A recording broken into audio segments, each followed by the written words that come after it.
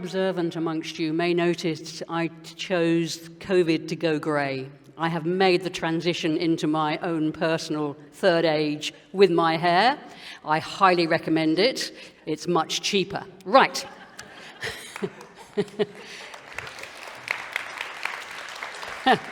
Thank you very much. That's a great start.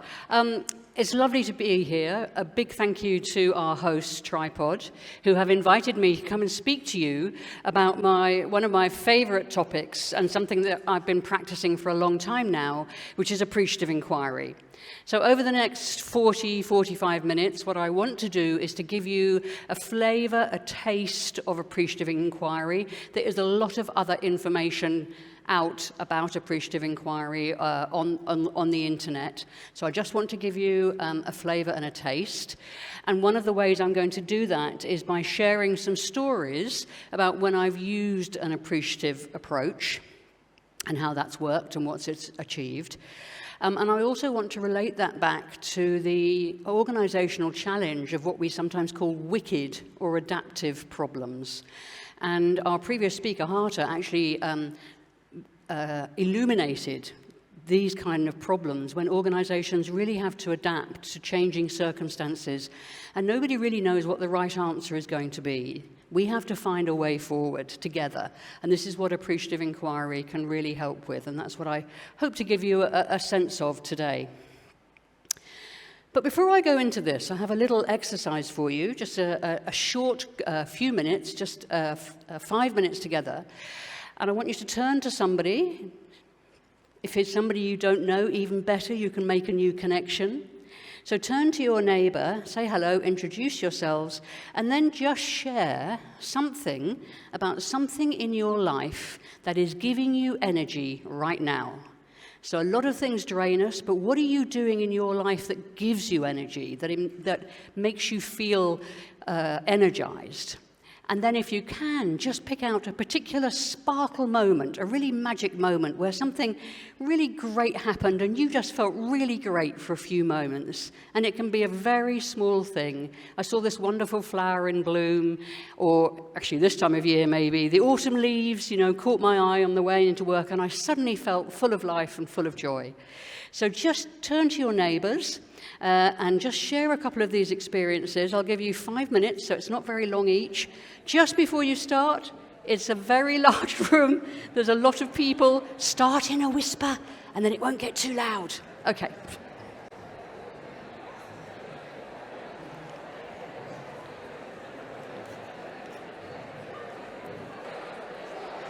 Okay, now for the difficult bit. Let me ask you to bring those conversations to a close. Thank you.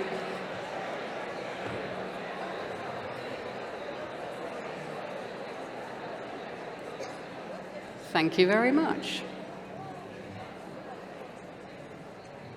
Excellent, thank you. Well, it's really encouraging to hear that so many people have good and energizing things to talk about. So that's fantastic. And what you have just experienced is possibly your first experience of taking part in an appreciative inquiry exercise or doing appreciative inquiry.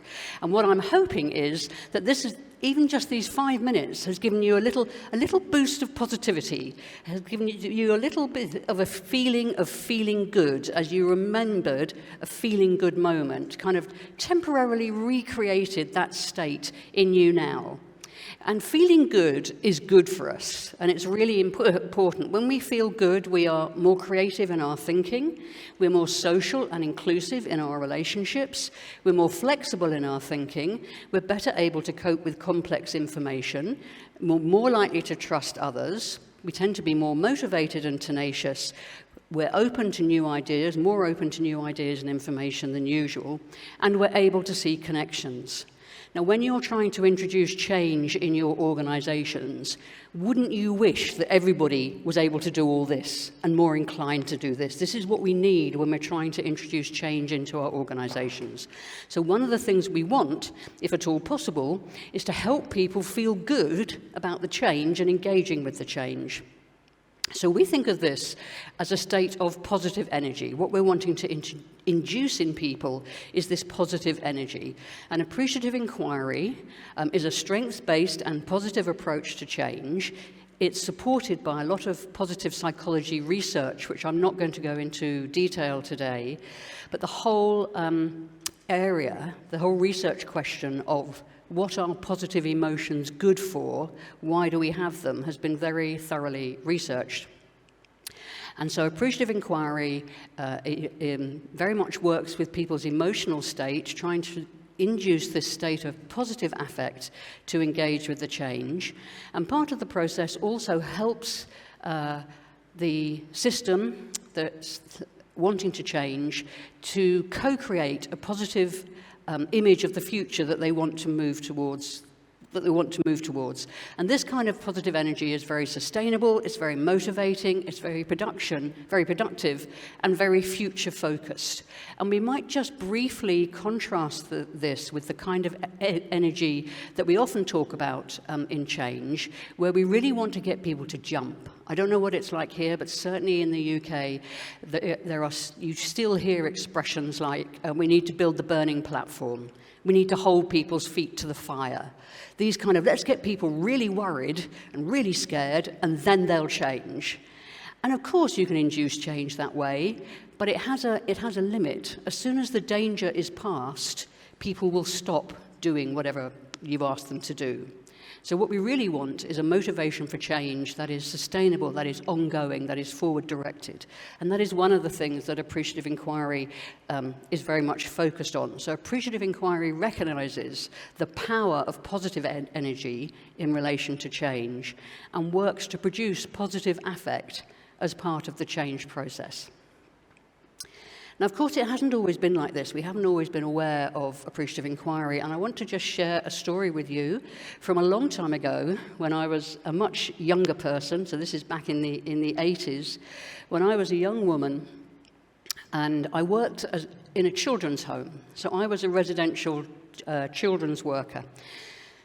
The children in our home, they had parents, they weren't orphans, but they weren't able to live with their family at that particular point.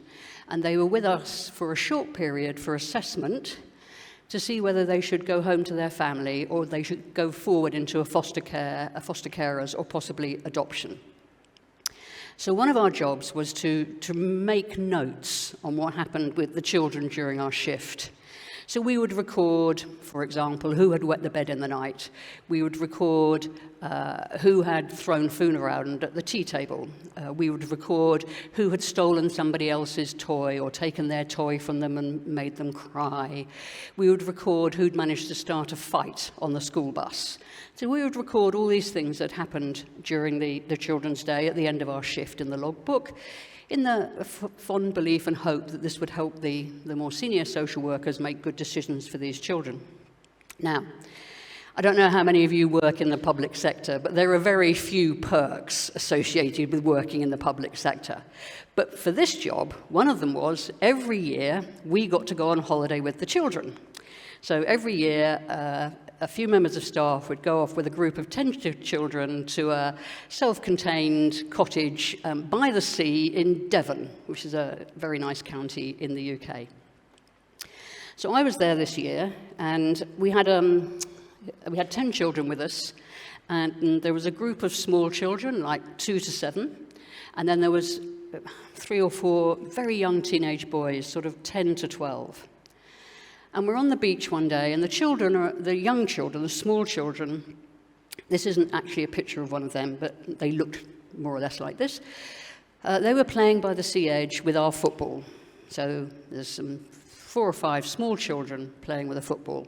And I'm further up the beach in my swimsuit, sunning myself on the dry sand. And between us comes this group of young men.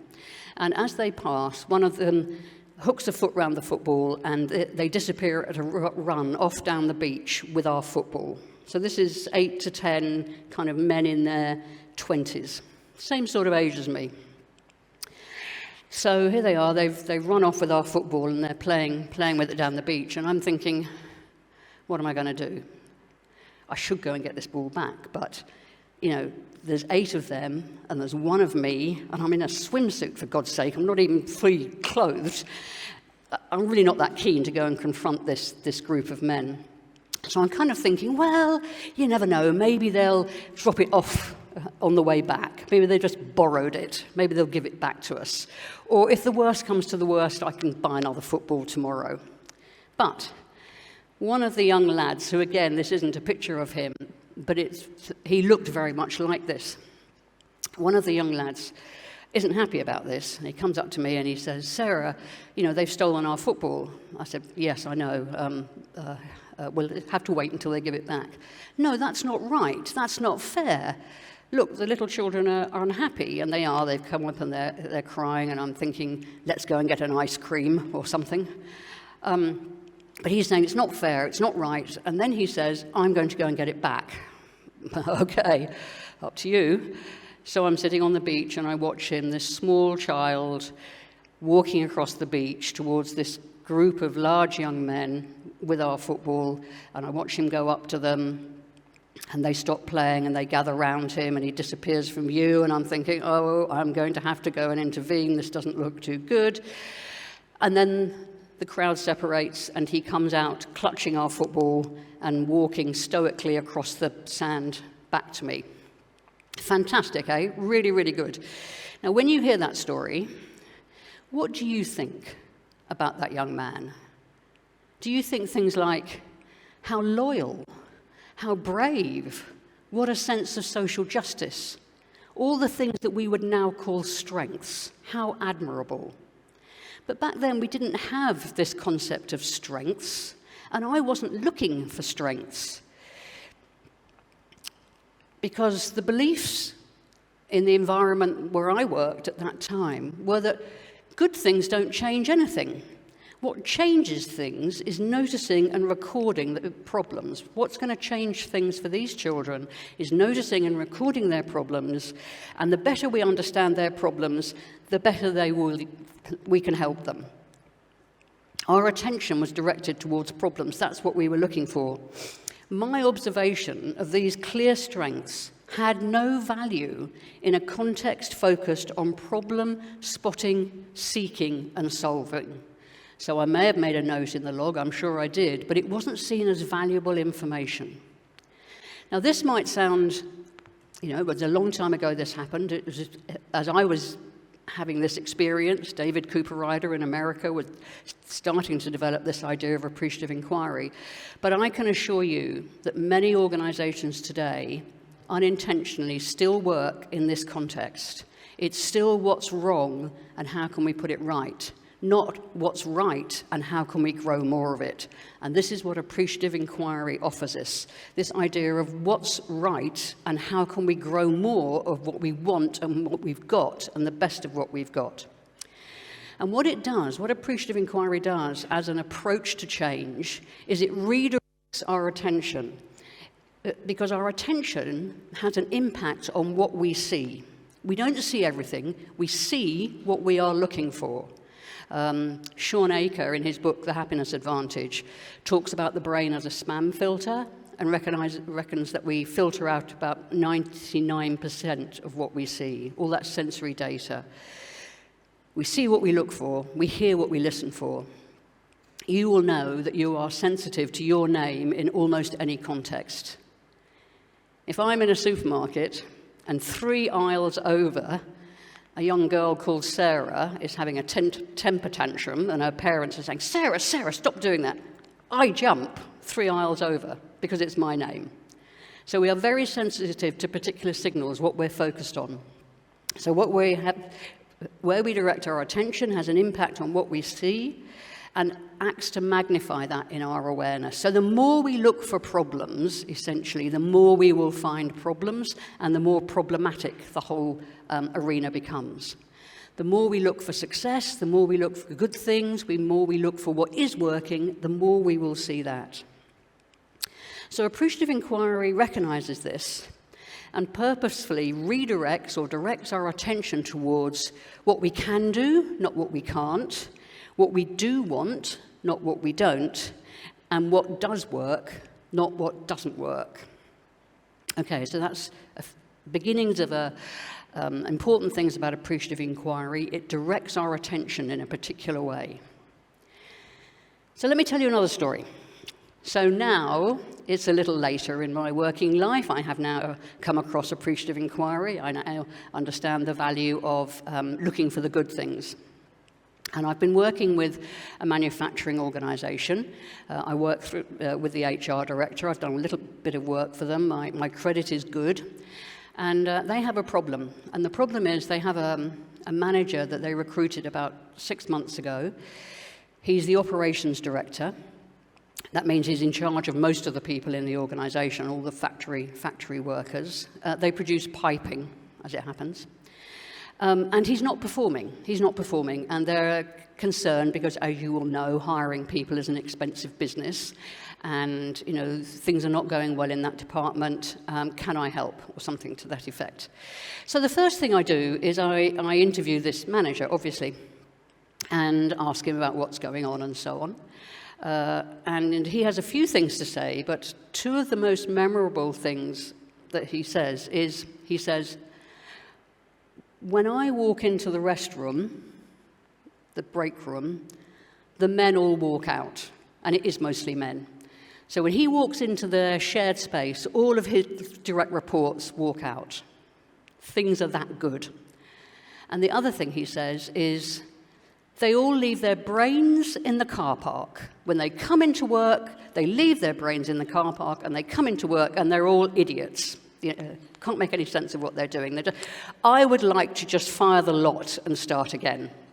And you may have come across this occasionally either in your own thoughts or other managers or leaders that you know, but it's rarely an option. So what can we do? So it goes back to what Hertta was saying earlier about kind of stories we have in our heads. He had a very clear story about the problem is the people. Okay, unlikely to be the case.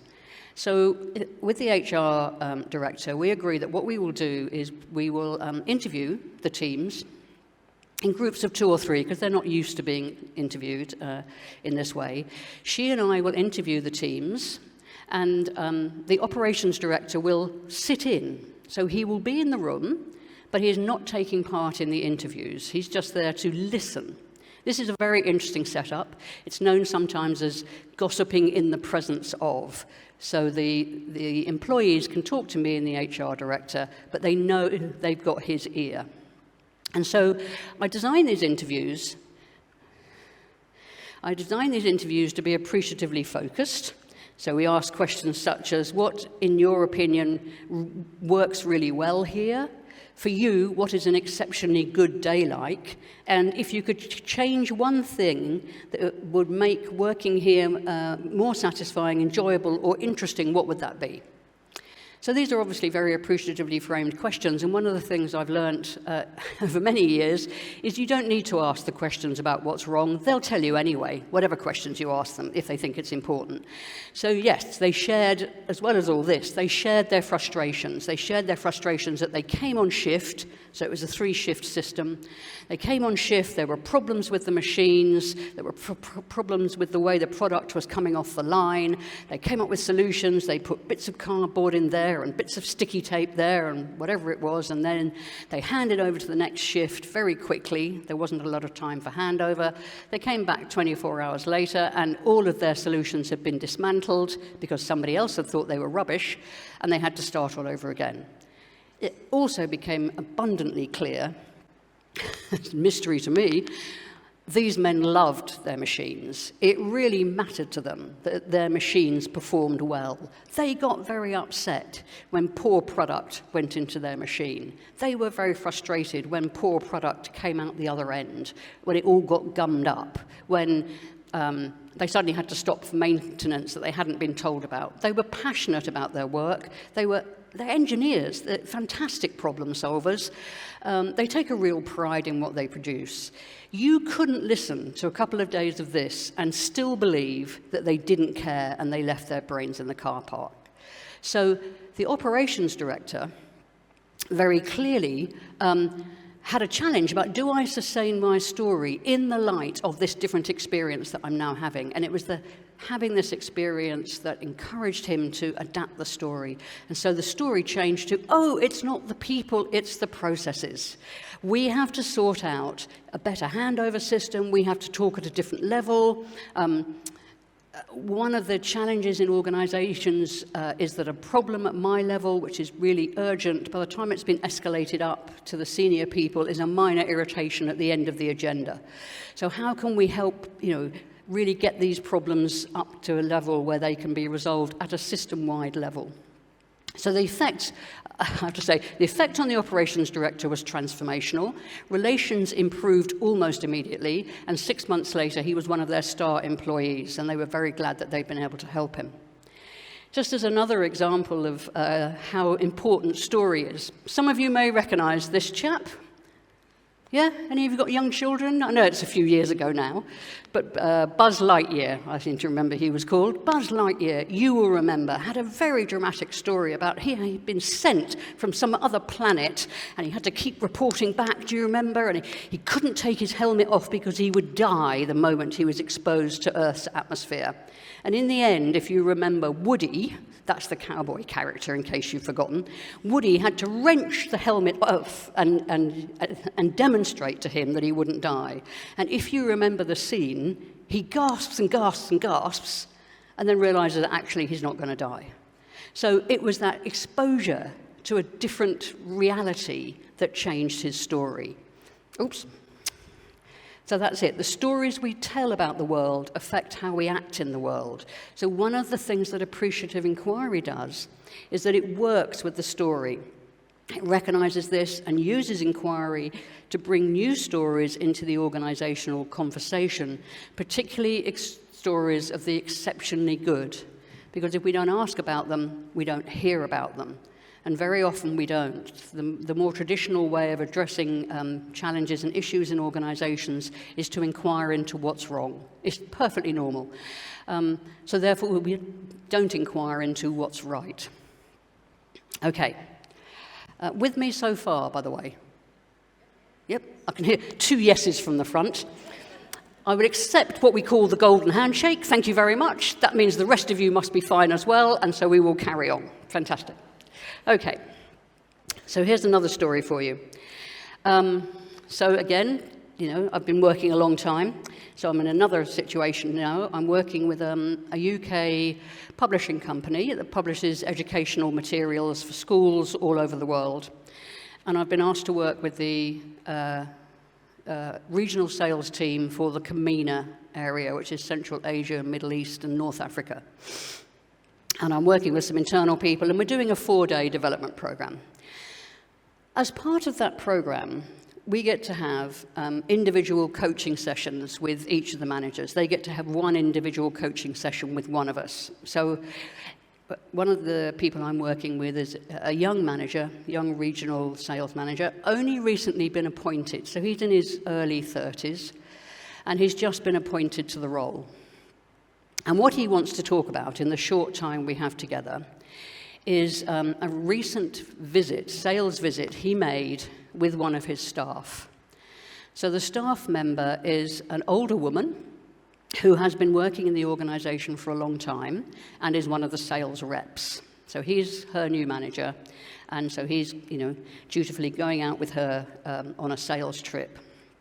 And he's appalled. He's appalled, and he tells me he's appalled. She doesn't do it right. She doesn't do any of it right. She doesn't follow the sales script. She doesn't stress the right benefits. She doesn't write the right things down. She doesn't fill the paperwork in properly.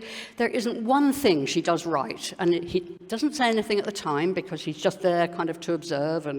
But he's, what is he going to do? What is he going to do? This is his question. How is he going to performance manage this lack of compliance, this doing it wrong? And also, he's wondering, given that she's, close to retirement, should he be trying to actually manage her out of the organization? Would that be a better way forward? So by the time he's told me all this, we don't have a lot of time left, but I say, did she make the sale? Yes. But that's not relevant, okay? Okay. How did she do that? It was as if I'd sort of aimed a stun gun at him. What do you mean, how did she do that? How did she do that?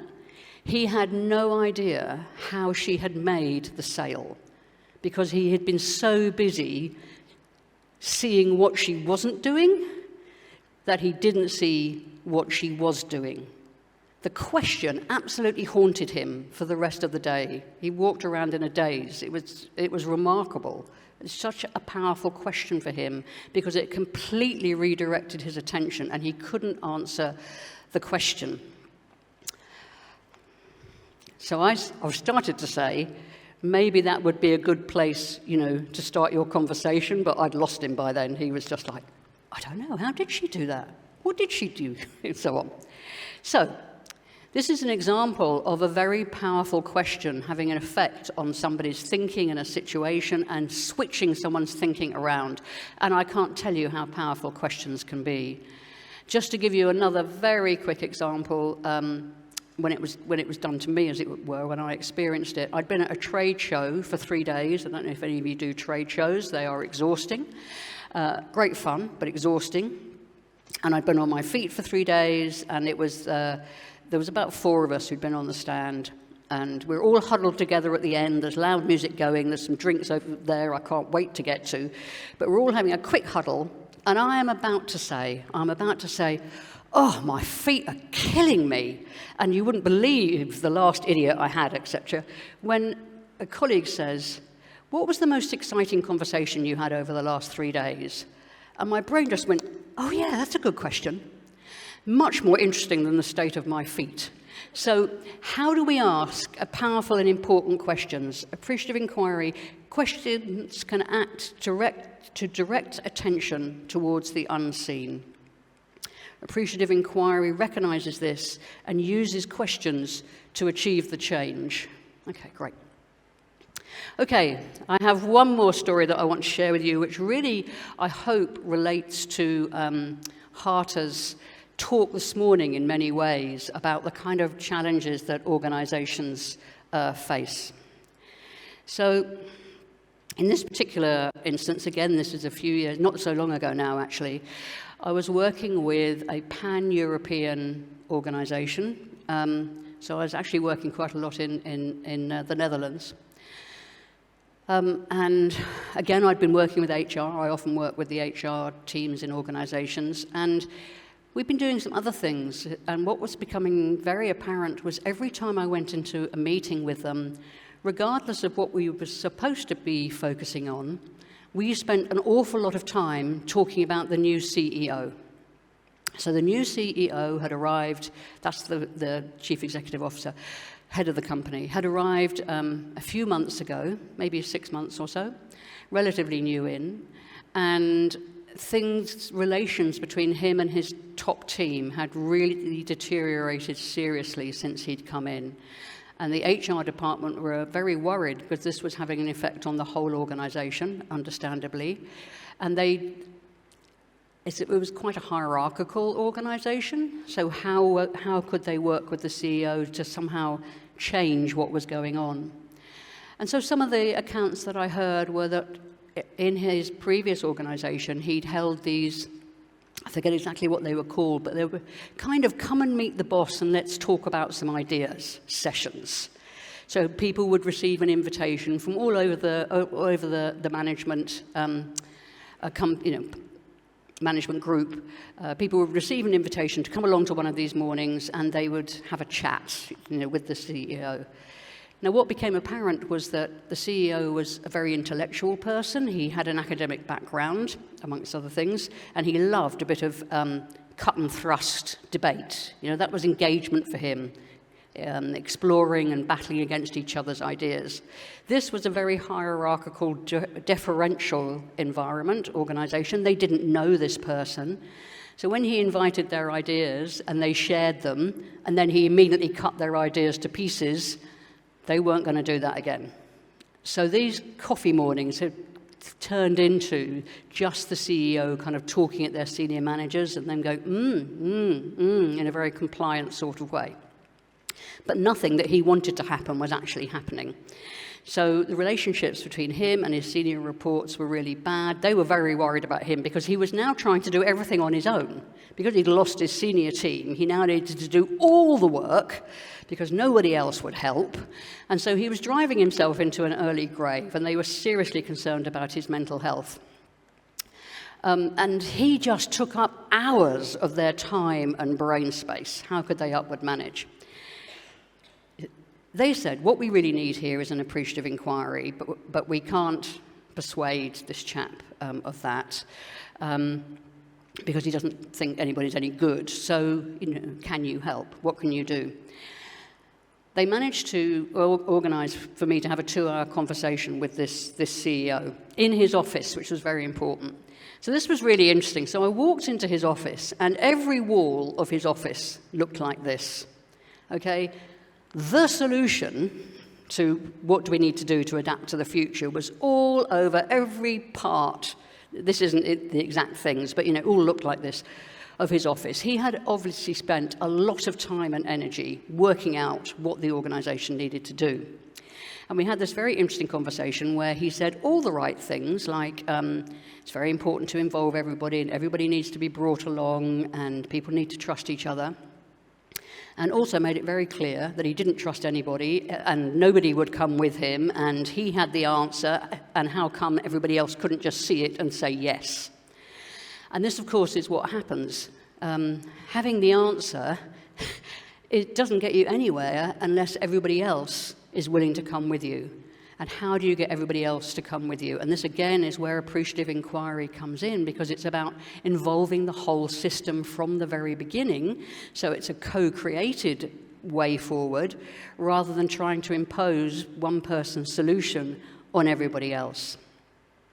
And so what he wanted me to do was to help him, and you'll recognize these two phrases, I'm sure, overcome the resistance in the organization from these senior managers of him who didn't know a good thing when it was looking them in the face, and to get buy-in from the rest of the organization. Now, if he, who clearly is very bright and has clearly given this a great deal of thought and has had some sort of relationship with the organization for 6 months and is the senior person, can't get them to come along, I'm not going to be able to do that either. And indeed, I wouldn't even try. The alternative, which is involving everybody in the question of how can we find a way forward, wasn't on the cards because a couple of the kind of necessary conditions were not present. So what was missing for me to be able to say, let's take an appreciative inquiry approach, was a clear willingness from him to work with others to create a way forward. And creating a way forward is different to solving a problem. Creating a way forward is what we need to do when it's not clear what that way forward might be. The kind of things that Hertta was talking about, all the things that are coming down the pipe at us. We don't know yet what the answer looks like. Lots of people during, you call it Corona or COVID or C-19, have been having to find ways forward because this is so new. We've never had to deal with anything quite like this before. And it's different to solving a problem. When I was invited to come here, I had a problem to solve. How do I get from Greenwich in London to Tallinn in Estonia, in time to give this presentation? So that's a problem where all I really have to do is refer to data. The kind of data I'm looking at, what flights are there this week, is fairly stable, fairly predictable. I mean, anything can disrupt, we know, but you can rely on it quite a lot. And I know how to look up the alternatives. It's a very clear, stable sort of environment. I have a very clear challenge. There are a number of right answers. How do we future-proof our organization? How do we prepare for the adaptive challenges ahead? How can we grow and develop into a flourishing organizational culture? How can we prepare our leaders for all the changes that are coming. These are challenges of a different nature. They are qualitatively different. And this is what a lot of organizations fail to understand. And they try to apply a very classic problem-solving approach to a challenge that is different in nature. It's an adaptive challenge, or as we sometimes call it, a wicked challenge, which I'll come back to you. Come back to. Also needs to be in place for appreciative inquiry a belief by others that their efforts and initiatives will be welcomed and supported. And there was no such belief because when they had tried to offer things in these informal meetings, they had not been welcomed. That's what they felt anyway, that their initiatives, their ideas, their suggestions had not been welcomed by the CEO. Of course not, because he had the answer. Unless they came up with the right suggestions, then he was going to argue them down. Needless to say, this conversation got no further. So, in the meantime, back to our learning today. Wicked problems. Dr. Joanna Wild writes about them very well in a book called, I think it's called Social Psychology, but contact me afterwards if you want it. So wicked problems, how do we understand them? They are difficult or impossible to solve. There is no determinate endpoint. We won't necessarily know if we've got them right. The effort to solve one aspect of a wicked problem may create or reveal other problems. This is because they tend to be system-wide, and when you make a change in one part of the system, because of connections you cannot see, something will show up somewhere else, especially when the system is spread across time and space. You know, like in a factory where it's a big geographical area and it takes time for things to go through the process. It's really hard sometimes to see all the connections. So when you start intervening, things will happen that you didn't anticipate. And this is actually quite important because in a more traditional kind of problem-solving, plan devised by top management, implementation rolled out across the organization, things that don't go to plan are a problem. They're breaches of the system. Whereas with appreciative inquiry, we're welcoming the feedback. We take one step forward and we see what happens, because that is information to us about how this system is actually working. The feedback loops and the connections that we can't necessarily see that are actually present in the organization. Oh, great, maybe we need to do something slightly different. Then we take another step forward towards our future and we see what happens. And so that's what I'm saying. With wicked problems, we seek to find a way forward that allows us to go on together. And when we bring appreciative inquiry into that, we're looking for, a productive way forward that is going to allow us to survive and thrive. So this appreciative inquiry recognizes that creating a way forward is different to solving a problem. And that's what we really want to be focusing on, is focusing on this way forward. Okay, so it's going to be, oh yes, here we are. Right, so what I want to do now is just compare for you two kind of different ways of thinking about organizational development and growth. How do we help organizations to develop and grow? And I've called one the more traditional thinking and the other one appreciative inquiry thinking. These two differences are also known as diagnostic organizational development and dialogic organizational development. And you can also call the traditional thinking Tayloristic thinking, which Hertta mentioned earlier, and I absolutely agree with her. The Taylorist understanding of organizations is alive and kicking in many organizations, and if people don't know how they understand organizations, that is probably the model they have in their heads. So with traditional thinking, we're looking to create this push motivation. What do we want people to move away from? So this kind of fear or anxiety or anger. With appreciative inquiry, we're looking to create a pull motivation.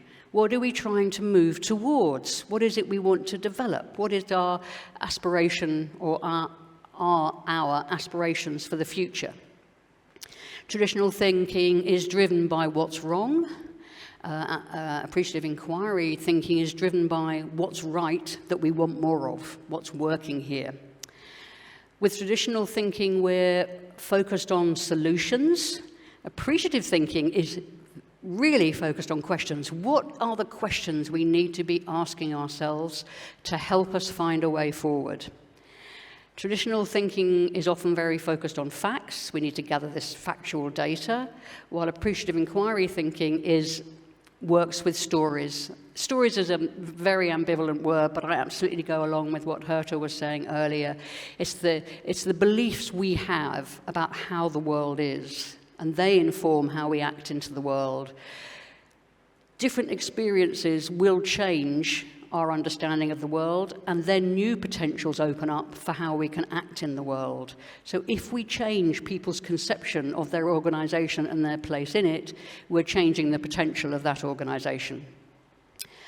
Traditional thinking has a real emphasis on logical analysis. You know, we're going to look at the data and analyze it.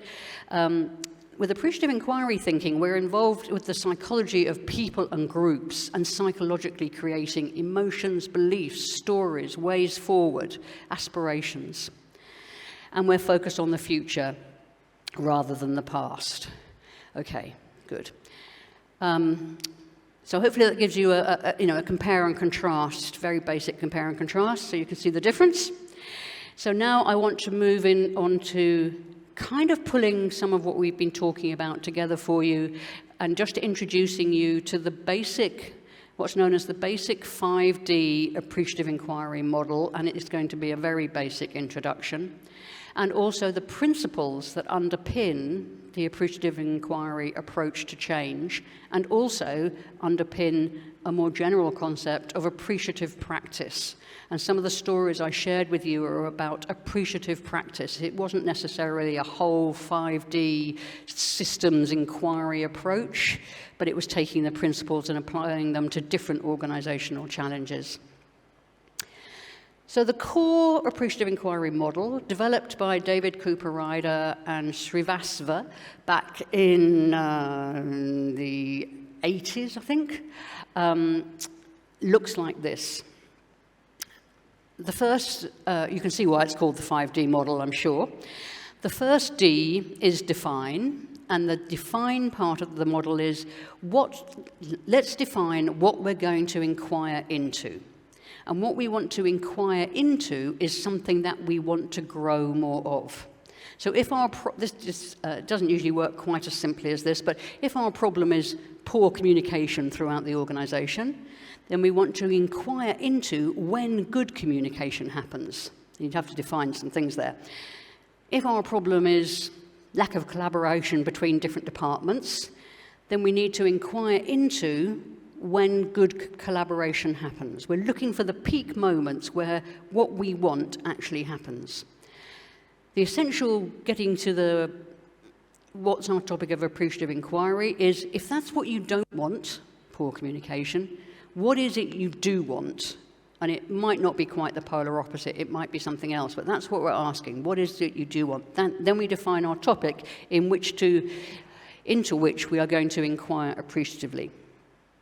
The next stage is discovery, which is very much, what is the best that's happening now? Let's gather together all those stories of the peak exceptional moments when we actually do things well. And this helps us identify the positive core of the organization. What is it that holds the organization together and keeps people here?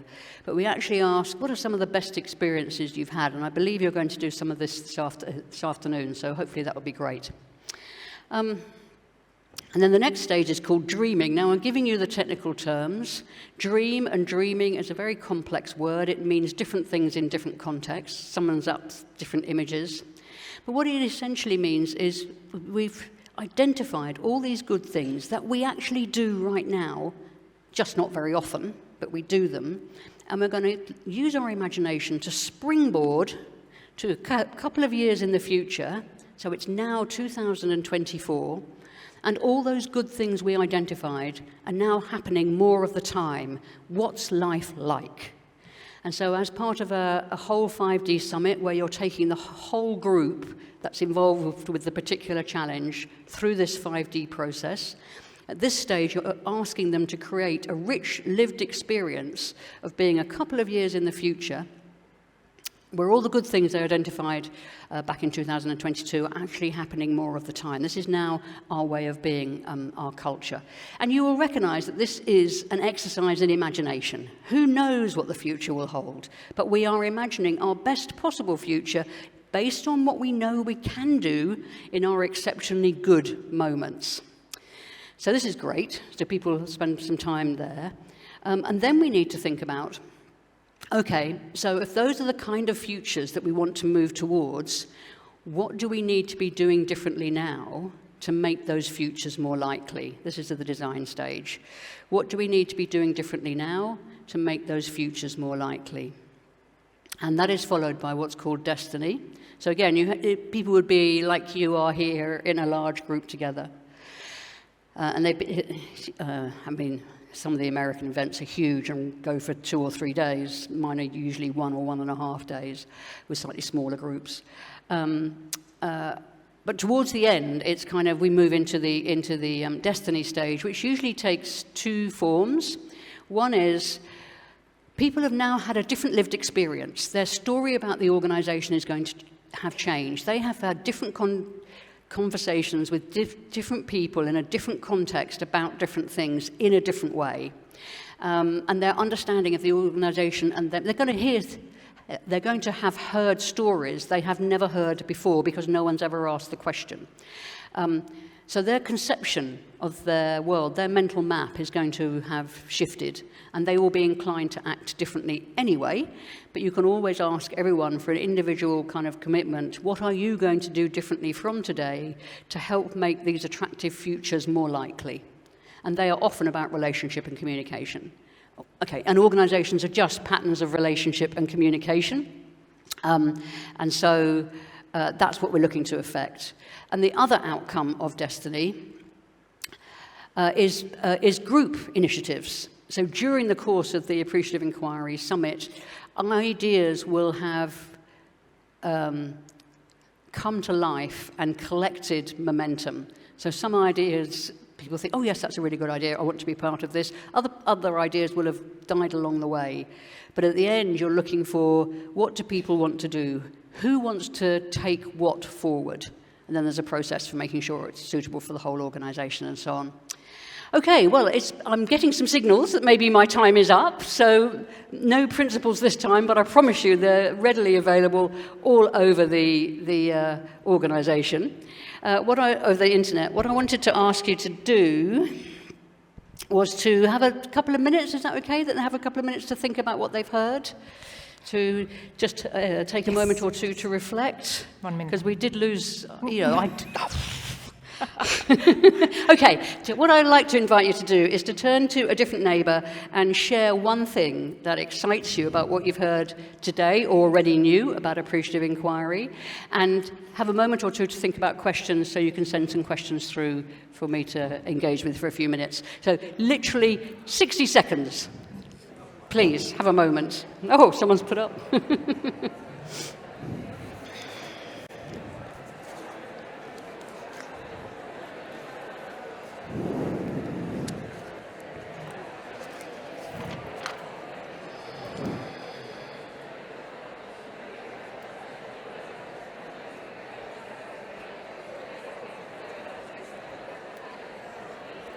Oh.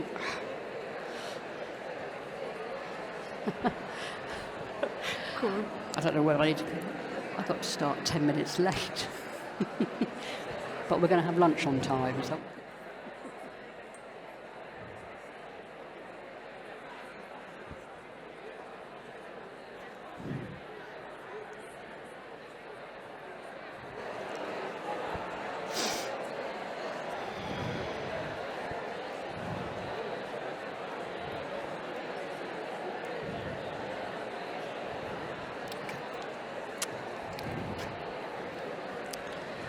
Okay, once again, it's a very short moment. If we could come back together. Thank you. Thank you, everyone. That's great. Thank you. Tagasi tähelepanu lavale. That's okay. Okay, thank you. Sarah? Thank you very much. Okay, just a moment. Thank you very much. I hope you will continue your conversations over lunch. I just wanted to say that I run a small shop called the positivepsychologyshop.com. There is a discount code here for you, Tripod 15. Lots of tools to do with positive organisational development and appreciative inquiry. And I also have a few copies of my book, Appreciative Inquiry book, and my Appreciative Inquiry cards, which downstairs in the lunch coffee area, I've got a few copies for sale if anyone's interested. Okay, thank you very much. Thank you, Sarah. Thank you.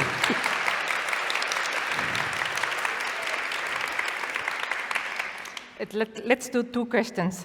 Please, can you put this slide where you had the traditional view and approachive method? Go back. Can you help us?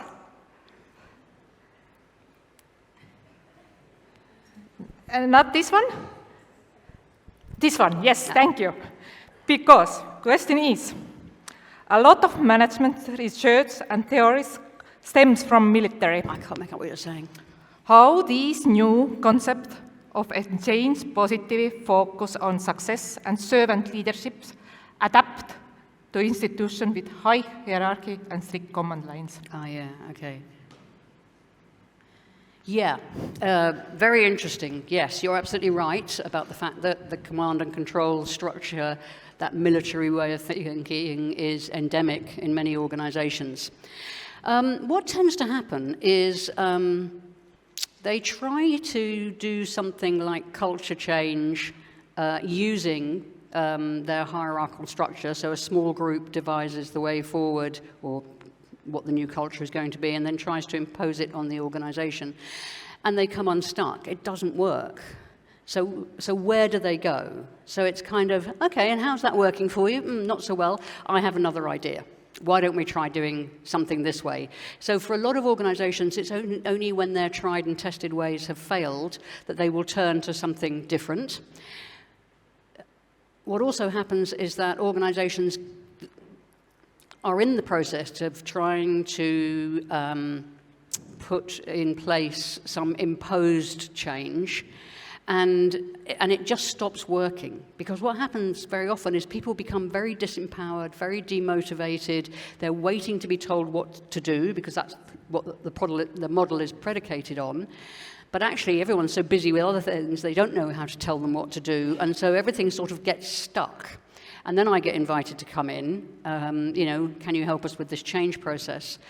And there, the challenge is, how do you bring these ways of thinking into an imposed change model that's already in progress? And the short answer is, what I'm always looking to do is to help recreate the emotions of hope and choice amongst the people who are being affected by the change. Get them to focus on what they can influence, what they can't, where they are succeeding rather than where they feel they're failing. Just redirecting their attention and re-motivating them in terms of hope and choice. So, working with one group, very quickly, the story when I went in was the managers are really bad. The managers are doing this so badly. It was fine when we were talking about it, but now we're in the implementation stage. They're just doing it so badly.